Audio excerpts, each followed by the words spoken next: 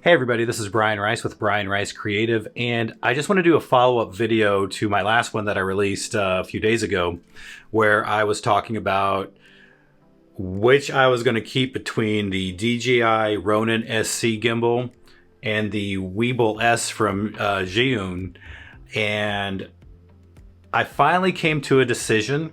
It was a tough decision.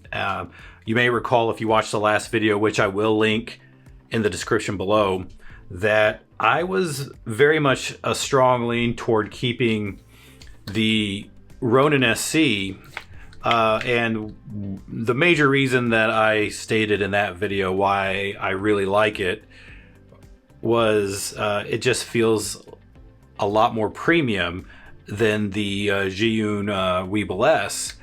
And while I still think that's true, I finally got a chance to take both of them, and actually I've used this one in a live situation before where I was filming an artist, and I think I played some B-roll in the previous video from that.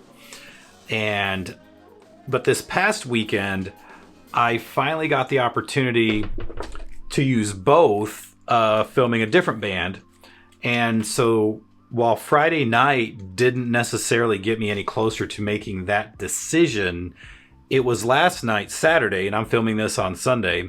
It was last night, Saturday, that finally got me to that point where I was able to make a decision and feel good about it.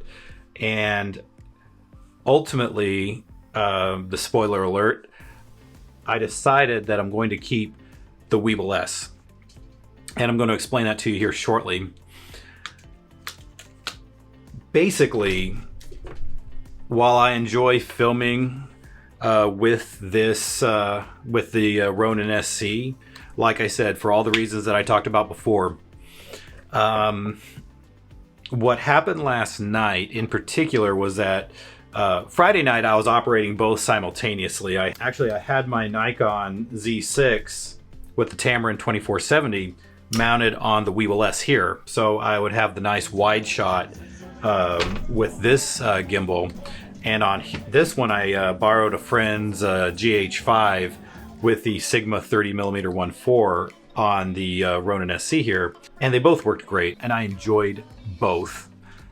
However, last night I decided, I had returned the GH5 to my friend, and so I was only really able to use one gimbal at a time, because even though you're supposedly able to balance the D850. I have a Nikon D850 and I have a Nikon Z6, and supposedly you should be able to use a D850 on the Weebill S, but I have not been able to successfully balance it just yet. So that prompted me to be limited to just one gimbal at a time. And last night I started out filming with the Nikon 50mm 1.4 G that I've got, which worked great. Footage looked great. Everything was nice and smooth. Then I switched to my Nikon 85mm 1.4G. Looked great, if a bit tight in the footage that I was going for. And then finally, I switched to my 10-20 DX lens that's sort of a holdover from when I still had a crop sensor Nikon. That worked fine, but here's where I swung irrevocably to the Weebill S, and that is each time I switch lenses to use on this, I spent 20 minutes rebalancing this. Just so, for some reason, I felt like I got to a point where I was able to balance this really quick with no problems, and use the app to auto-tune and balance it.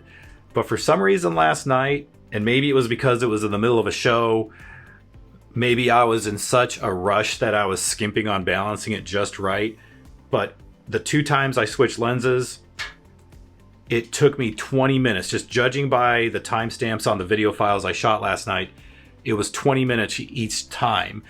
And granted, that could just be me being in a rush. It's something that I could probably refine to the point where I have it down. Obviously, the mounting plate has that little metal piece that enables you to know where to set it, but when you're switching lenses, that completely changes because the weight and the size of the lens makes that part irrelevant. Anyway, That's the point when I realized that 20 minutes was way too long, especially in a situation where you are shooting something on the go and it's a live event. You just don't have time to be balancing and messing with that. And balancing on this takes a fraction of the time. And what's more, because I can shoot with the Tamron 2470 2.8 on here just fine, I don't really need to switch out lenses. So that takes out another variable, because that covers the range that I like to shoot in when I'm filming video with a gimbal. And so that tilted it from being a strong lean to the Ronin SC to a strong lean about to tip over to the Weebill S. And then when I got home and reviewed the footage, there were a couple shots I got with this, as far as some nice orbiting shots of the performers that looked fantastic. And I think one of the things that I mentioned in my previous video is that using the joystick on this is a lot easier to access. But what I realized was, with the way I was shooting with this, I didn't need the joystick. I was able just to kind of move around like that, and I have the settings adjusted to a point where it's all just panning smoothly and seamlessly, with very little of that sort of mechanical shift that I talked about in the previous video. So anyway, I think that about covers the reasons why I came around to keeping the Weebill S. I'm going to return that one tomorrow. I think if you are operating a smaller dedicated mirrorless system without, if I had Nikon S glass for the Z6, like the 2470 4.0, I wouldn't have a problem filming with the Ronin SC. But if I were to keep the Ronin SC, that would mean I would inevitably, most likely at some point, would have to buy that lens. Whereas if I just keep this one, I've already got that lens, and a 2.8 at that. Switching out lenses and balancing this gimbal is light years faster and light years easier, and you can do it from within the gimbal itself. You don't need the phone app to auto tune. You don't need to take that extra step, which is another problem with balancing this. Once you get this balanced, you end up having to auto tune it via the app, which is not a big deal because we all carry our phones. But you do that thing where you have to balance it and hold it at like a 20-degree angle while it performs its balancing act thing, which seems to take forever, especially when you're in a hurry. And then, of course, if it turns out that you messed up, then you have to start the whole process over again. And that's what ended up taking so long, and taking 20 minutes between each time I needed to balance the gimbal. Whereas with the Weebill S, I was able to get it on there, tweak it a little bit as far as getting this adjusted, and then you just auto tune it directly from the gimbal itself without any need of a phone app, and you're good to go. And I don't really think you would necessarily go wrong with the Ronin SC. It's just that if this, because this holds a little bit more weight, because this has the motors designed that you can have a larger lens set up, it's just so much more flexible with the gear that you want to use with this, and it's basically the same price point.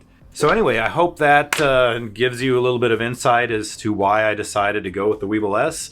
Let me know what you think, which one you prefer, if you've operated both, any thoughts, comments, or whatever. Please like and subscribe, and I will see you in the next video.